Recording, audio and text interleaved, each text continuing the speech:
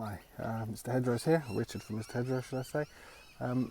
When I first moved to Australia, sort of 2.5 years ago, just over now, which has gone pretty quick, I tackled a load of bromeliads, totally unaware that they were quite spiteful. In fact, my only experience with them was in the UK in zoos and Kew gardens and tropical houses and that kind of thing. Here, they're obviously grown outside and they grow like mad. And I cut myself to ribbons. So if I just turn you around and then I'll show you what they're like. There, right, here we go. These things here, don't know if you can see that, but they are sharp as, and they cut you like a saw. I mean, if I back up, look, they're beautiful. They are quite cool. I'm thinning these bad boys out.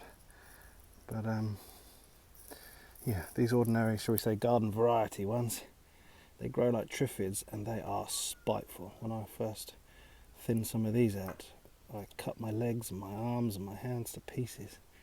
I'm not well armoured today, but they are brutal. But you do get these other species. I can't remember the names of them. I'm still trying to learn them all. But these ones, these are obviously a lot more expensive, but they are not sharp. They're beautiful, and they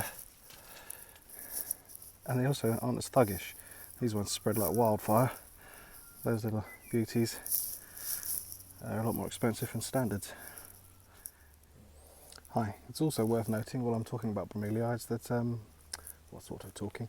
Some species are epiphytic or epiphytes, which means they don't need soil to live or anchor themselves to the ground. And I'll show you a pretty good example of that in a second. I'll just stop this. Right, here you are, see? These are bromeliads here.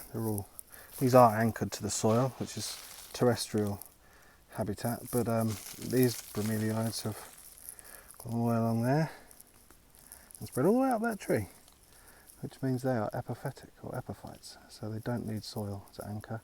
They can get all their nutrients from the moisture in the air, and they cling to the tree, which is pretty cool. I do like epiphytes.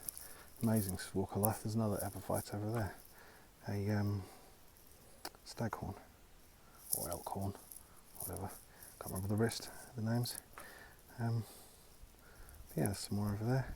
Anyway, just thought I'd show you my UK friends. Proper bromeliads.